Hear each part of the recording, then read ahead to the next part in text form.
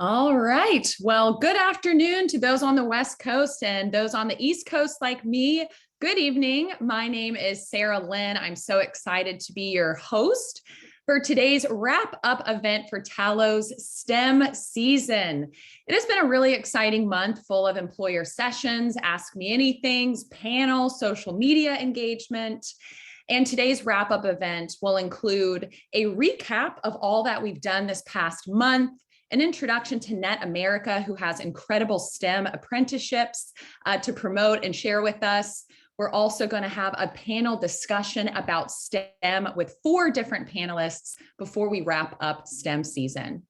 Now, before we get started, I'd love to launch a quick poll just to hear how you learned about STEM season. So if you're just now tuning in, please take a second to answer the poll on your screen. The question is, how did you hear about STEM season? We'd love to know. Did you hear from Tallo? Did you receive a direct message or a Tallo Assist campaign from us? Did you hear from one of our fantastic partners? Maybe your teacher, someone at your school, or even a parent or guardian? We'll take one more minute maybe to answer that question. I'm going to go ahead and answer.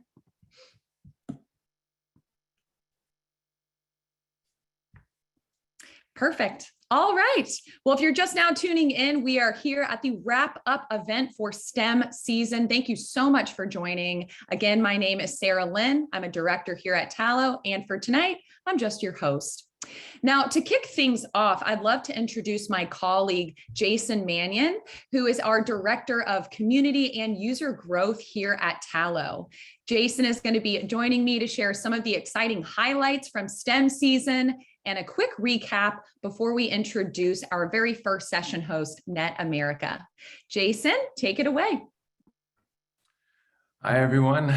Thanks so much, Sarah. Really appreciate that great introduction.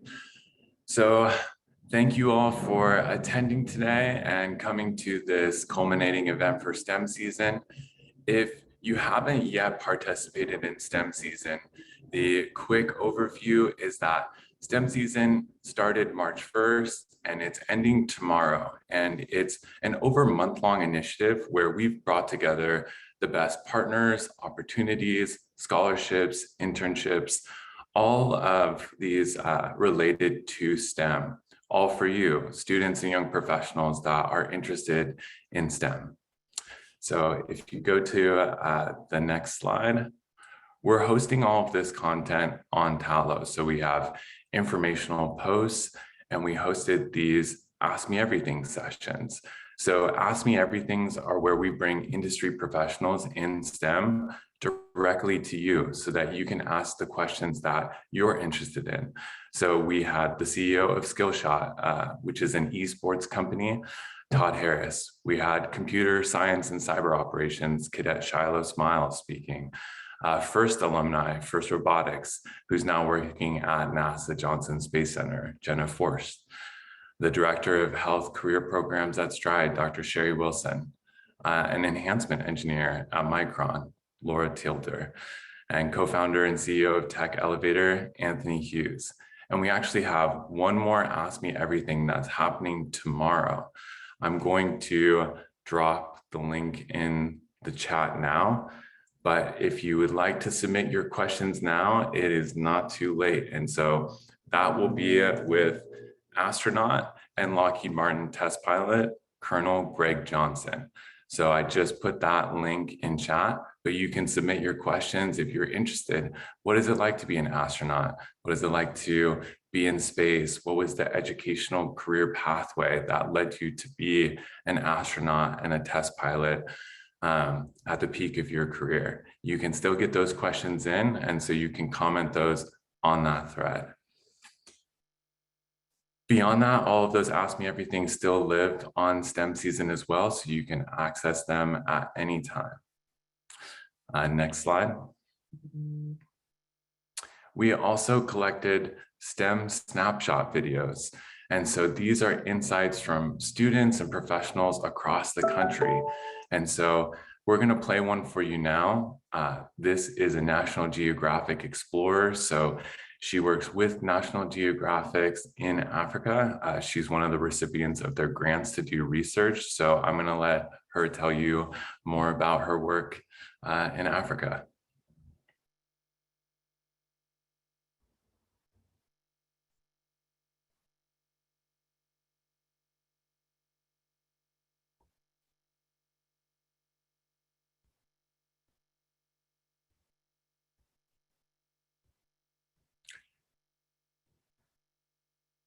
I think we might be having an audio issue. Yeah.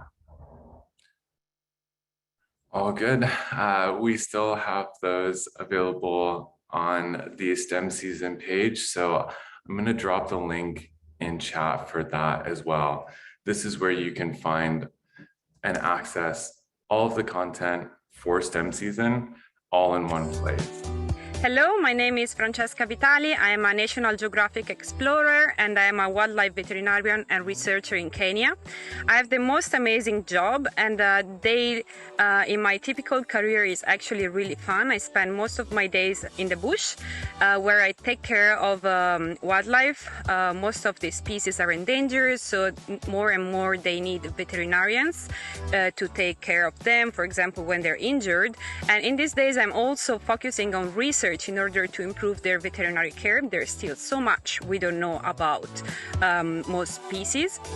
And I also do research in these days on black rhinos that are critically endangered, to understand how to move them between parks, to establish new population, and to make sure the stress is low, so when they're moved they will thrive and have more babies to support the actual populations. So part of these STEM snapshot videos are to provide more awareness to all of these different opportunities that there are in STEM. So whether you're still figuring out if science or technology or engineering or math are right for you, or if you have a general interest, you know you're interested in engineering, but you don't quite know exactly where you want to specify or where you want to focus. These STEM snapshot videos are a great way to get just a quick insight into what those careers look like and see if you want to investigate it more. And so what's the impact from STEM season? Our goal was to put together during this over month-long initiative of STEM season, all of that best content, scholarships, internships, job opportunities in one place for our members of students and young professionals that are interested in STEM.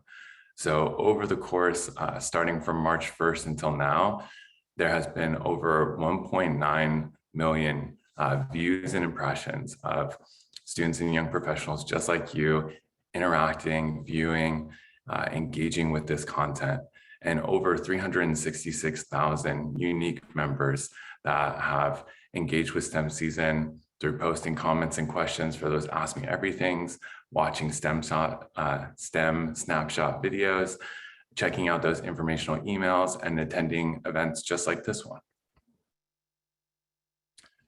Next slide, please. So these are some of the partners that made STEM season possible. So all of these partners are interested in engaging with talent just like you, students and young professionals that are interested in STEM. And so they've, through us, posted these opportunities, help shed light on career and education pathways.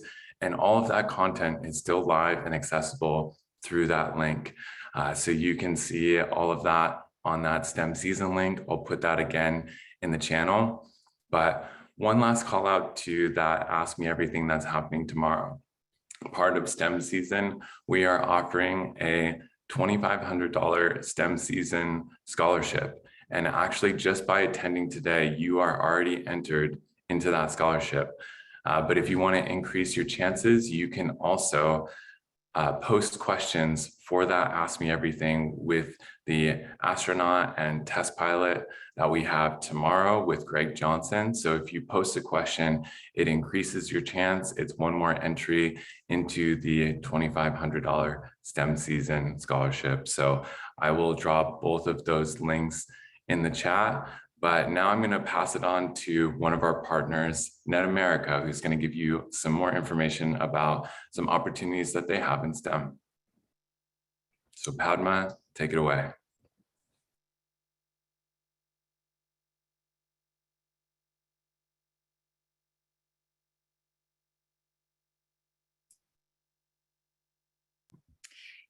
As Padma is joining us, students, I just want to share a quick technology reminder with all of you. I saw some comments in the chat. We are in Zoom webinar this evening, which means we know that you're there. We're so excited to be hosting you, but we're not able to see and hear you. There are hundreds of you there. So please make sure you engage with us, with Net America, with our panelists, using the Q&A box if you have any questions, and check out in the chat. We'll be dropping resources, including some important links about Net America, who's actually hosting their own event on April 27th. So with that, Padma, if you're ready, I'll hand it over to you, but thank you so much for joining us. Thank you. So Net America is an minority-owned business, and it is located in Maryland. And I had been working with Net America for several years as a consultant, and now as a full-time employee, as a senior project director and senior subject matter expert with the healthcare industry sector. So what it means to all of you who are listening in this conversation is that we discuss a lot on apprenticeship and why registered apprenticeship and what it is to discuss in terms of registered apprenticeship and how it can help you as students who want to get into a career pathway. Can I have the next slide, please? Net America, which is a minority women-owned business, has got a lot of contracts with government agencies, whether it is the US Department of Labor intermediary or whether it is a Homeland Security contract running a call center or what have you. And we work with the several stakeholders within workforce development as well as education institutions. The reason I want to stress the point is that since we have a very close-knit partnership with the employers, educational institutions, we will be able to place students once they finish their training. Next slide, please. What is apprenticeship and why I am particularly interested in registered apprenticeship? Apprenticeship is an earn as you learn training model, which is really going to help a lot of students who really don't want to collect and accumulate college debt. I come from a country where your education is pretty much supported by merit scholarships as well as endowment scholarships, and you pretty much get your education for free. Whereas in the United States, the education has got a very high inflation rate, close to 12%, and which actually puts off many people to complete their college education. Just in New Jersey alone, we have 63% of students who enrolled in a community college, they complete their education, not because that they are not qualified, but because they cannot afford to pay the tuition fee. That is when the registered apprenticeship program come in handy, because you can complete not only your training and make money, but also get college credits as you finish your apprenticeship program from an accredited university and build your career path. And you can earn as much as an associate degree in some places and articulate that into a bachelorate degree, and that you can get it without much of a tuition fee at a very reduced cost. Does that sound great? It does to me. And that's why I'm really passionate about registered apprenticeship program.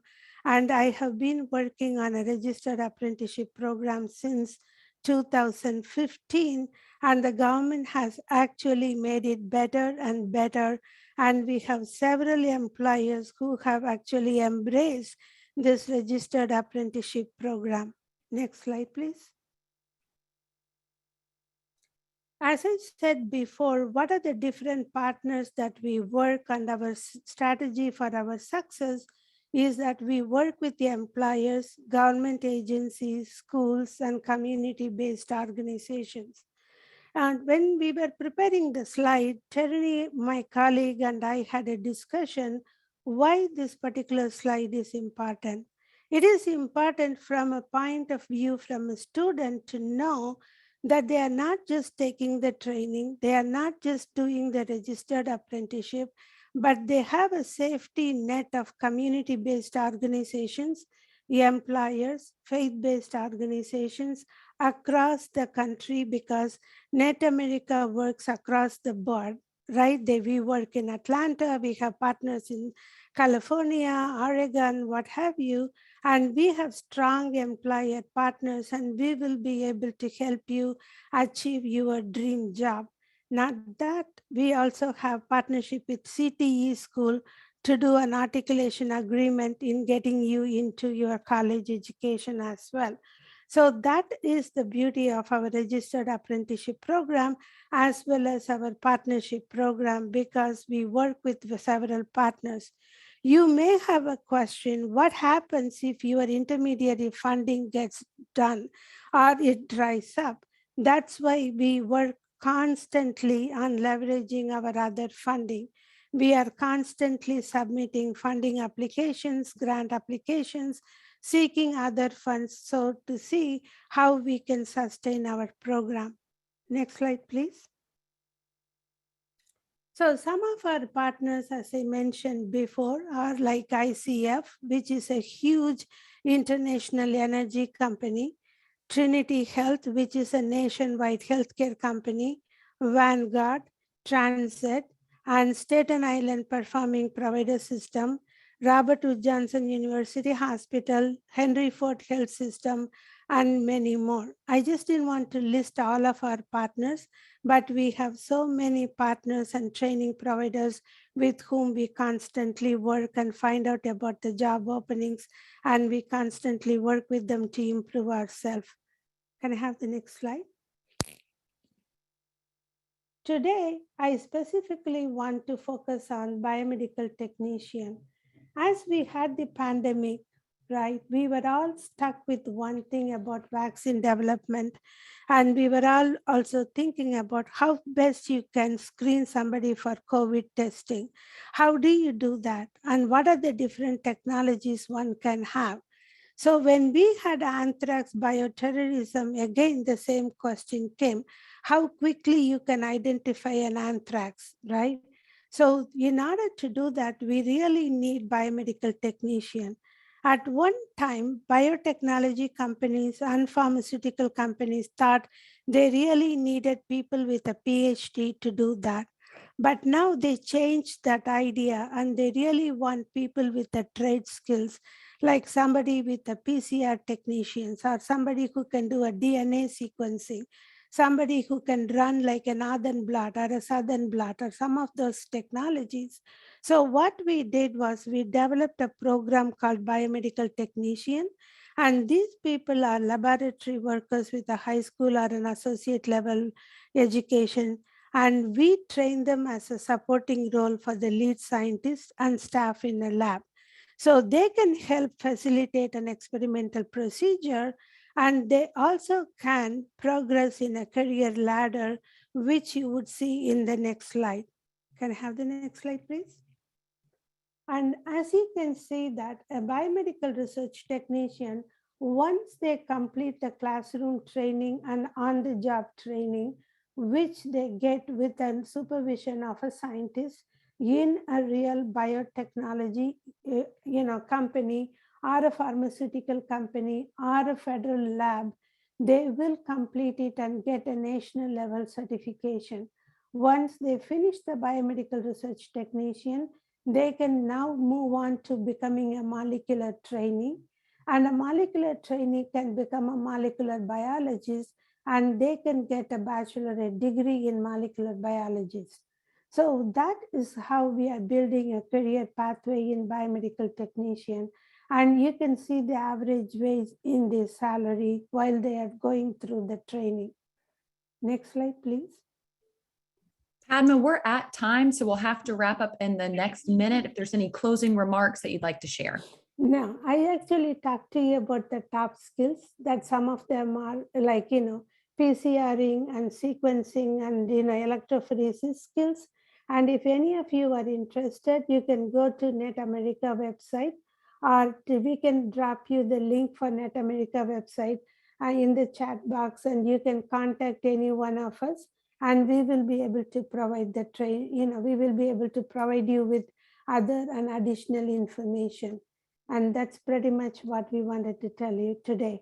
And these are pretty much part of the STEM program that, one of the STEM program that Net America is hosting. Thank you. Thank you so much, Padma. I really appreciate you helping us kick off our wrap-up event. We're going to put a link in the chat, students. If you're a Tallo user, you already know about this. So if you're not on Tallo, sign up. But Net America is hosting an exciting event. Another event coming up. We hope you'll register on April 27th. So we're going to go ahead and put the registration details in the chat for you. If you're enjoying STEM events and want to learn more about apprenticeships, please go ahead and register now. Again, if you're on Tallo, you'll learn more about that event as we inch closer. But it's time for our main event of the night. We have a panel with 4 different panelists talking about their backgrounds and experiences in STEM.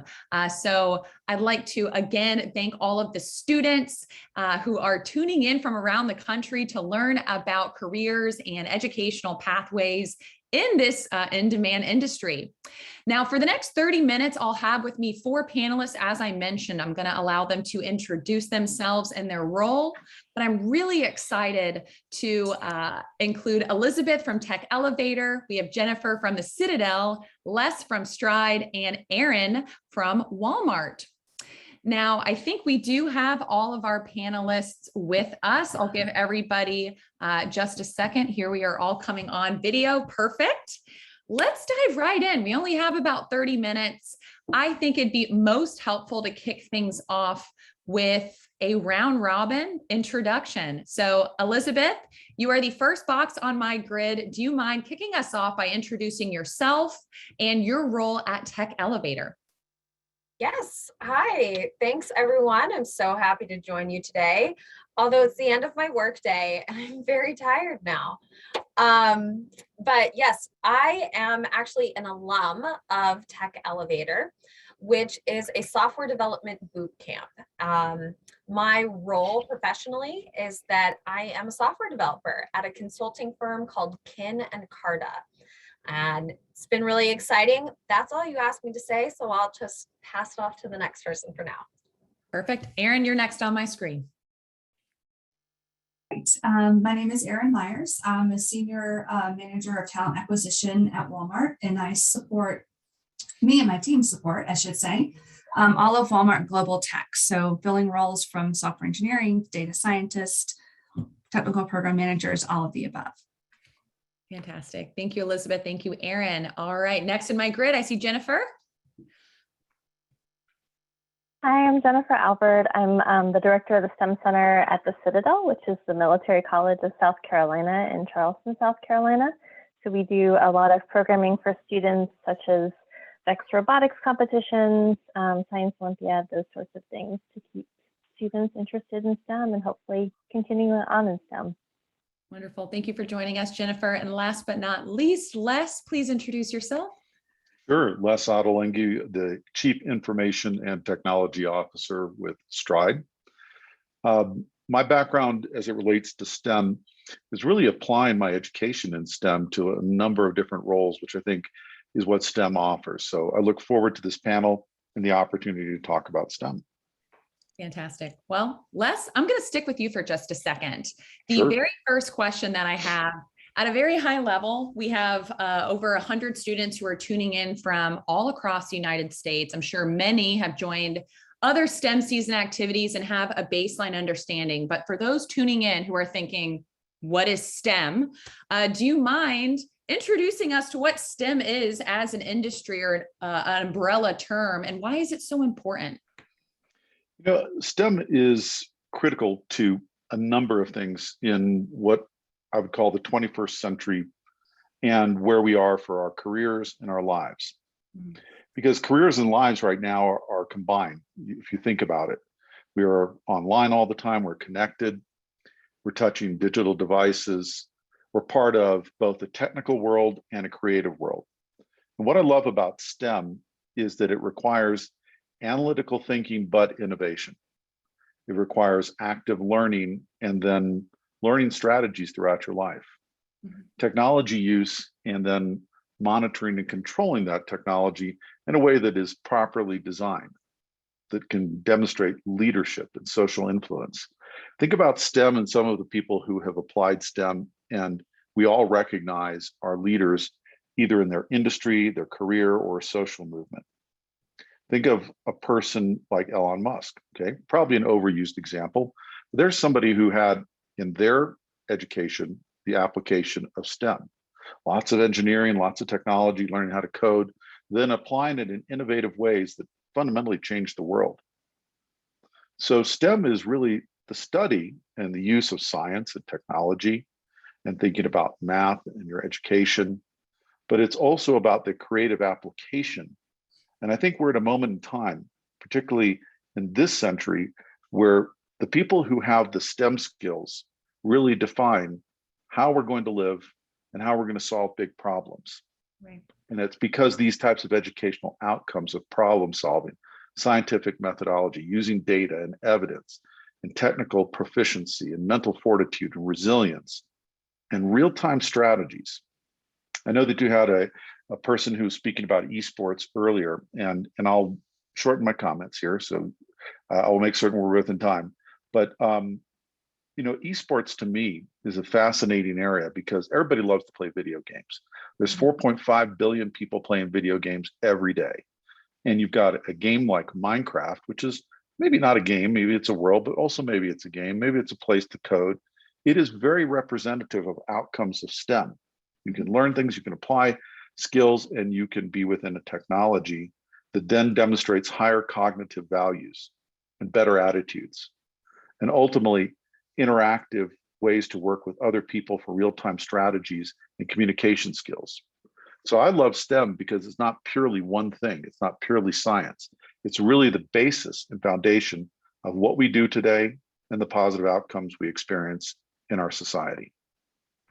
Well, that was a great overview. STEM really is the core of most careers. And as you were talking, Les, we had a student write in, I love STEM so much. They're in agreement with you. We have a lot of by the way, I have a really great STEM background history story for you and why I got into STEM, but I'll save that for later. Well, we're excited to hear it. We have a lot of questions. We had students submitting questions. We had a few that we came up with to make sure we're spotlighting the companies and educational institutions that you represent. But the next question that we have was actually supplied by a student from Janet. And Janet wanted to know, I'm going to post, since we have so many, a question to one person at a time, just so we can cover some different topics. But this question from Janet asks, what inspired you to pursue a career in STEM? I think I'm going to ask this question to you, Erin. So the question is, what inspired you to pursue a career in STEM? What obstacles have you encountered and how have you worked past them? Well, it's kind of a little bit difficult for me to answer that question because I am on the talent acquisition recruiting side. So I'm not involved as so much with STEM, but actually working to help people with technology join the organization. So I might want to toss that to somebody else, I think. Who would like to take that between? Elisabeth, let's start with you. And then Les, I do want to hear your story. Yeah, great. All right, I'll be the warm up for Les. Yes, so I switched mid-career. I started off in the humanities. I actually have a master's degree in English literature. And about a year ago, I found out about the opportunity to switch my career with Tech Elevator, which is a software boot camp. It's very untraditional. You know, I've actually taught at community college and I have 2 degrees from universities, and yet this new opportunity gave me the chance to switch to something that I always thought was really interesting, but I never thought was available. You know, it wasn't something that was presented to me, software engineering, as something that I could do. But yet, just being an online digital native, I got the opportunity to just learn how to puzzle piece and solve, even on just silly things like a Tumblr webpage. And learning that HTML showed me how exciting software development could be, and that there was so much more that I could do. And so there was a lot of times where I was just building things for fun. And that is what got me excited. It was the fact that I could find a career that was solving puzzles all day. And that's what I get to do. I get to figure out, how am I going to make this work? And also, how am I going to make it work better? And so there's always a really big sense of achievement at the end of my day, knowing that I'm contributing to something that is making something new, or it's making someone's life easier, or it's just really cool. You know, I like it that way too. Sure, every day is a little different. Perfect. Thank you so much, Elisabeth. And Les, I know you have a story for how you first got into STEM, if you'd like to share that. Sure. And I agree with Elisabeth's comments. As a Chief Information and Technology Officer, you're solving immediate application problems and services. But even with, a company like Stride, our mission is to educate people and educate students K through 12, and then those who already have graduated and maybe have graduated from college, and find ways to improve their lives through education. So the great results of the work that I feel every day is that somebody becomes better educated, smarter, more intelligent, and ultimately yields better results in their life, and maybe in the lives of others. But the way that I got involved was kind of like Elisabeth. I wasn't really on the path towards STEM. I had two parents who were scientists, and boy, the last thing I wanted to do was be a scientist. But I was a history major in college, and my college roommate, his dad was the first employee of an entrepreneur by the name of H. Ross Perot. And I got to meet H. Ross Perot back when I was in college, and I spent 4.5 hours with him one-on-one, where he explained to me that the whole future of the world was around computers and technology and STEM. And I thought, wow, after hearing this multi-billionaire give me one-on-one counseling about where I should take my life, I'm going into technology. I'm definitely going to code. I'm going to learn everything I can. I got my first computer, and I built it out myself and had to put it together with the main board and the memory and all that. And I just got hooked on the tech and just absolutely loved it. Well, the other benefit was that in that time, my roommate, his girlfriend, was a woman by the name of Melinda French. And so Melinda French and I would code together, and we'd come up with these software applications. When she went on to do bigger things, she married Bill Gates. Then she divorced Bill Gates. But anyway, we had a lot of fun, and we learned that the full world was about technology and what it could do. And I see the achievements of people like Bill Gates or Melinda French, and I think, wow, being in STEM, being in technology, or even in my little part of the world, trying to create better software for education has such an impact that it's not just for me and it's for others, that STEM is a great career. And it got me excited once I figured out that being in STEM was going to be able to let me do bigger and better things. Well, that is a great story. Thank you for sharing that, Les. Sure. My next question, I'm going to start back with Erin. I'd love to get your side of this question, and then Jennifer from the education side. So this student, Hannah, is wondering, what are the best set of skills, whether they are soft skills or technical skills, that someone should have pursuing STEM? So Erin, do you mind talking about that from the recruitment perspective? And then Jennifer will pass it to you from the education perspective. Yeah, absolutely. So, I mean, the skills is hard to define in one bucket, right? It really depends on kind of the positions and the area that you're interested in. But being, when you're thinking about interviewing and getting in that career, is like, being prepared, being ready for some coding type of questions, and being comfortable, sharing screen and doing those sort of things. From a soft skills perspective, it's really about, being yourself. You want to be transparent. You want to be who you are, and understand kind of, what you bring to the table, right? So like, some people are, maybe more introverted, some people are more extroverted and want to, be more involved in like strategy or getting more involved in programs and not just the coding side of it. So, you really, just encourage you to be yourself, really know what your skills from a STEM perspective you want to be in, and get really proficient at those. And just, when you get into it, just show your stuff. Thank you, Erin. And on to you, Jennifer. So I'm going to say you have to be willing to fail. There are several great books in STEM about failing forward and failing fast. So not to say, you have to learn that failure is not a bad thing. It has kind of a negative connotation. So persistence is huge in STEM, being willing to continue to try new ideas, new things, and being flexible. I think those are some of the chief skills that are necessary to be successful in STEM.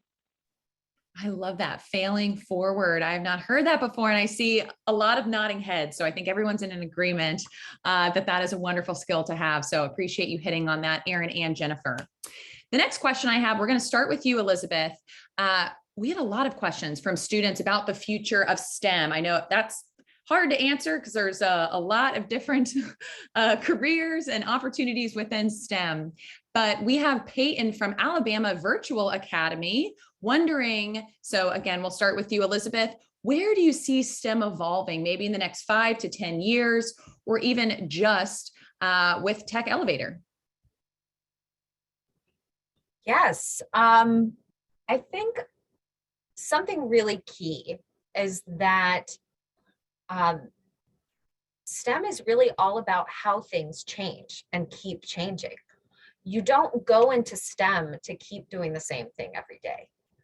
And so while I will say I am not an expert that can look ahead to, where the future is going to be, what I can say is that the future of STEM is going to look very different in the later than it is now. And then I'm not quite sure that is what was thought in the past. And, perhaps, some of our other panelists can speak to that, but a lot of what I do in my position is actually modernization of systems.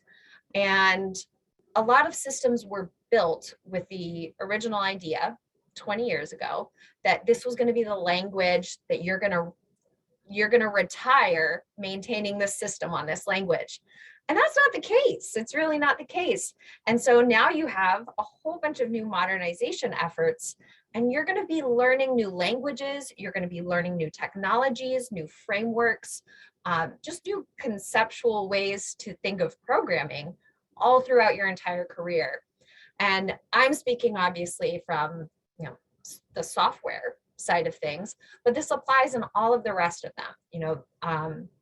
If you're thinking about physics, or if you're thinking about medicine and science, all of those are about how you're moving knowledge forward. And so STEM is really I'd say it's a commitment to being a lifelong learner. And I think I would love to hear some of the panelists on where they really think kind of like where languages are going.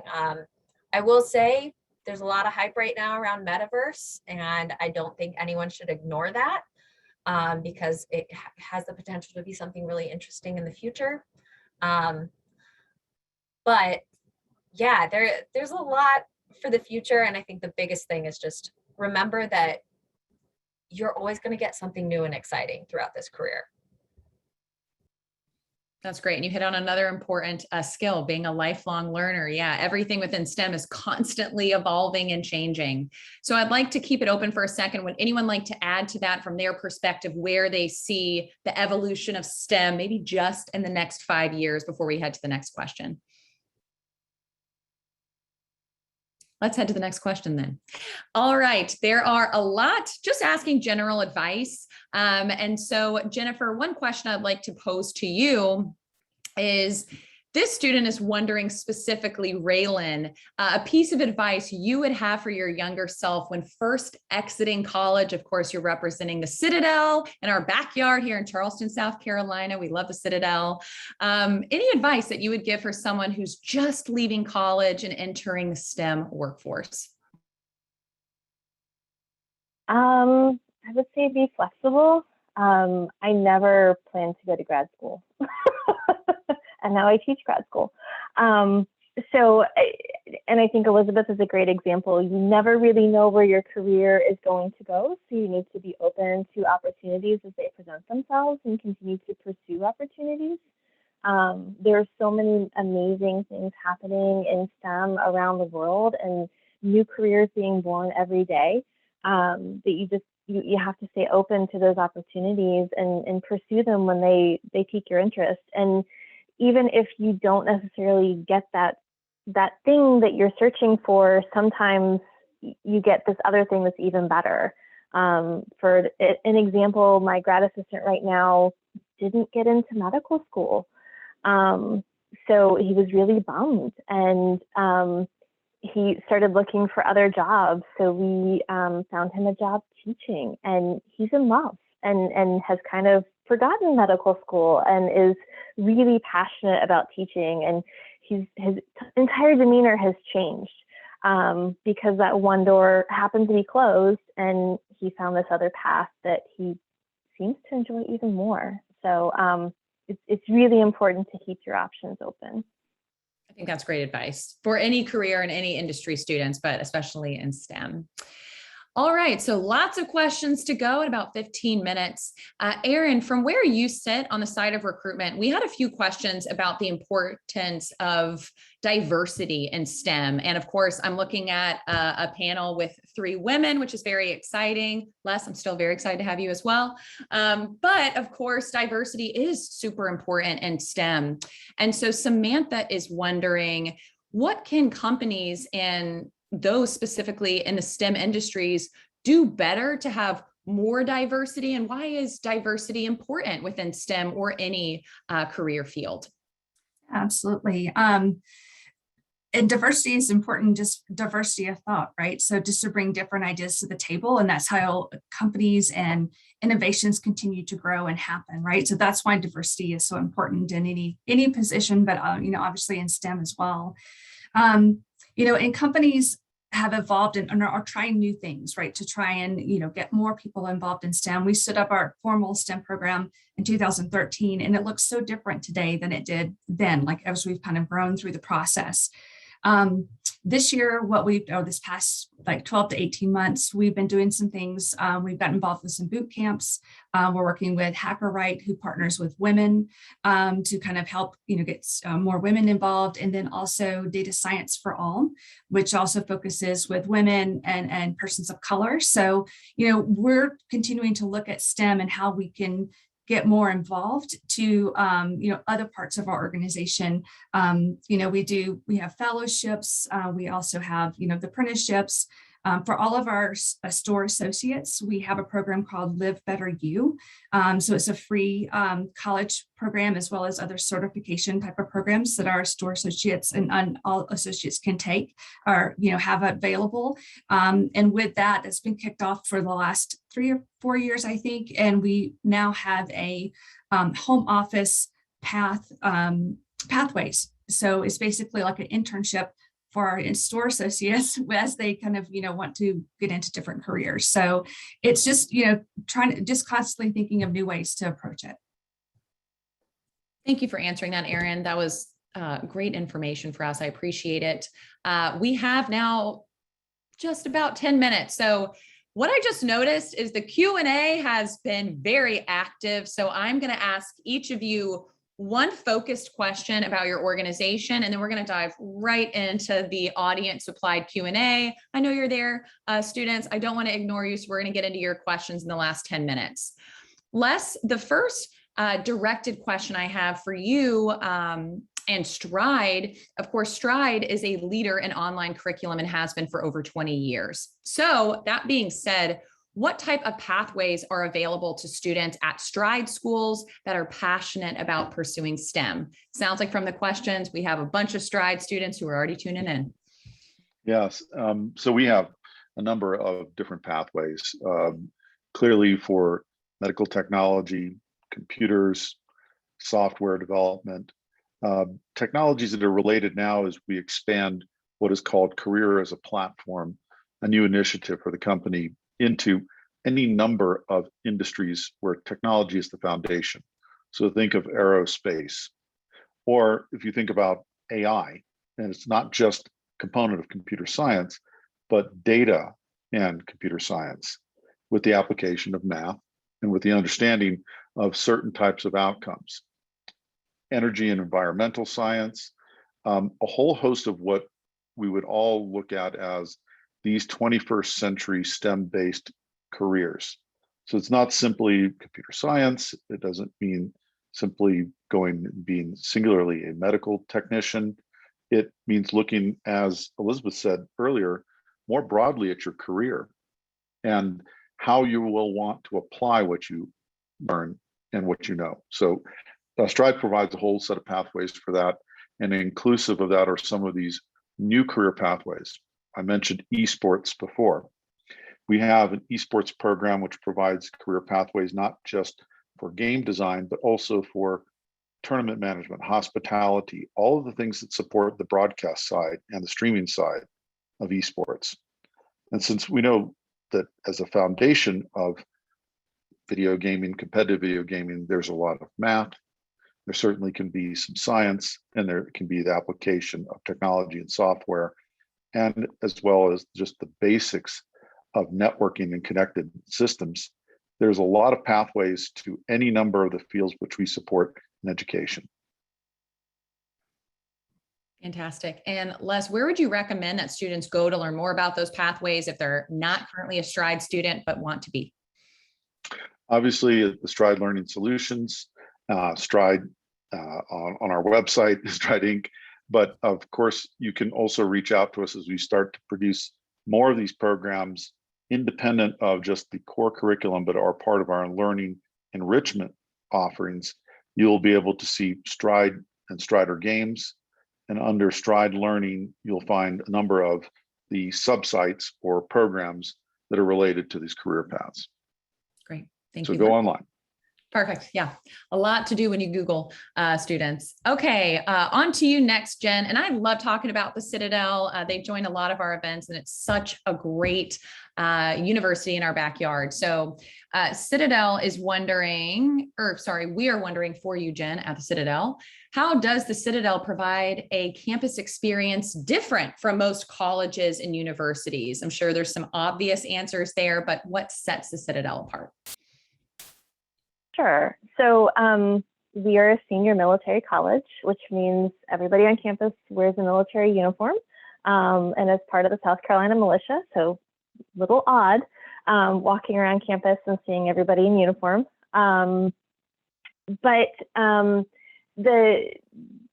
undergraduate program very much follows what you would receive in sort of a military education. So basically, they break you down to build you up. So it sounds a little harsh, and it can feel harsh, especially that first year. But the skills and the knowledge that you gain from that process are invaluable. So it's a huge network of amazing individuals.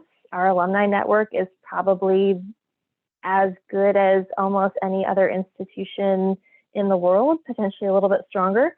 So as soon as somebody sees you wearing a Citadel ring, you're instant friends. And happy to help you, find a job, open doors. It's just an amazing community. And the same is true of our graduate programs.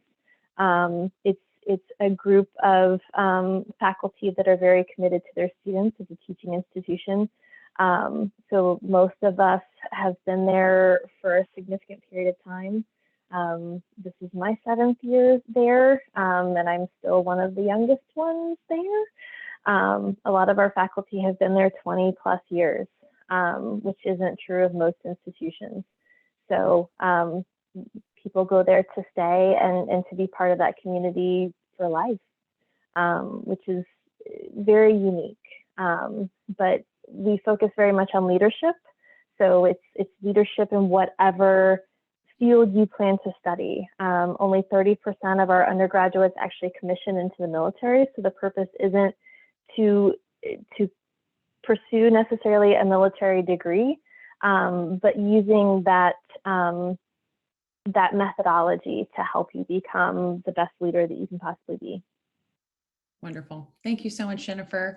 I appreciate that. And before I head over to Elisabeth, I know that you're the director of the STEM Center of Excellence. So is there somewhere specific you'd recommend students go to learn more about that? I'm sure if they Google it online, they'll find some good information.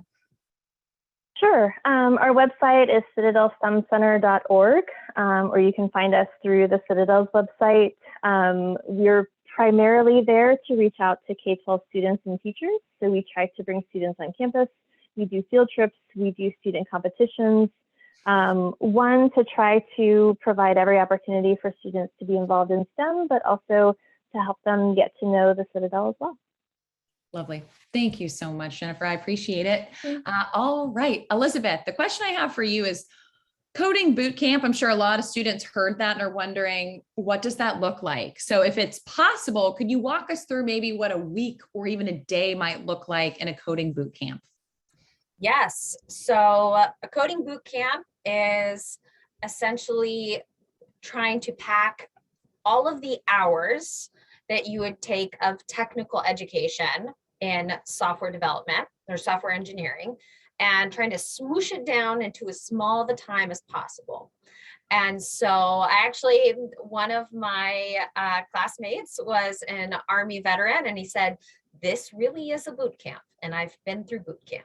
So that's Joshua Littles. I shouldn't say anything without attributing it to him. But yes, it was 3 hours of class in the morning, followed by a break, in which then we usually did career training. And so that was a little bit more around how to interview, how do you create a resume, doing mock interviews, what does it mean to network? These are all a lot of skills that we don't really get formally taught places. And so Tech Elevator was very intentional in getting all of its students ready to genuinely go on the job market, because that's what they want for everyone. They don't just want to teach you, they also want you to succeed. So it would be that, and then students usually got together in groups and worked on homework together. I think I did regularly have probably 10-hour days. So it was a lot, but it was all within 3 months. I made some great relationships and friends, and our instructors were alongside of us every single step of the way, in a way that was, very different than my formal education. So, we still go sing karaoke together, in addition to going to networking events. So it was a really fabulous time, and I would highly suggest people considering it if you're mid-career, and I would also highly suggest considering it if you're graduating high school. Like, there really is, it's a great opportunity to do something a little bit different, which I think is going to stand out, honestly. I agree. I think it's great that you're here as an alumni, speaking as someone who actually went through one of these coding boot camps, and you just did a great job of giving us a teaser as to what it can be like. Now, I know Tech Elevator is a Tallo partner, so if you're on Tallo, you're learning about these coding boot camps, but for those who are not, where would you recommend they go to learn more or even to apply? TechElevator.com? I don't know. I always ask in case there's something beyond the obvious. I want people who are interested to know where to follow up, but of course. Yeah, Google. I never type in web addresses anymore. I just type something into the Google search bar and it gives me what I need. So Tech Elevator Coding Boot Camp, it'll pop up, students. If you're on Tallo, you're hearing about it. So And last up, Erin, since you're handling recruitment for Walmart, a lot has changed in the past few years with the pandemic.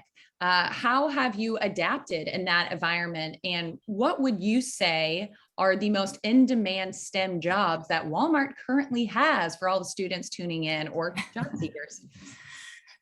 Yeah, the working virtually, we had to stand that up very quickly. And the pandemic started in March of 2020, right when we were getting ready to kick off our internship program. So we had to flip that very quick to a virtual program and kind of get things started. It's been interesting because we are going to continue with that hybrid model, for our organization, because we found that it's productive and it worked really well for our teams, but have those collaboration centers. We have offices or technology hubs all across the US, as well as in India. And the hot to find jobs, oh my goodness, we have so many right now. We just announced we're hiring 5,000 technologists, so there's a lot of opportunity for sure. Data science continues to be a very much a hot job. I would say anything in with data, whether you're looking at data engineering or analytics, that continues to grow. And then, software engineering, just, back end, mobile, front end, full stack. I can't stress it enough that that's kind of, all the flavors too. Did I hear 500 or 5,000 jobs? 5,000. 5,000.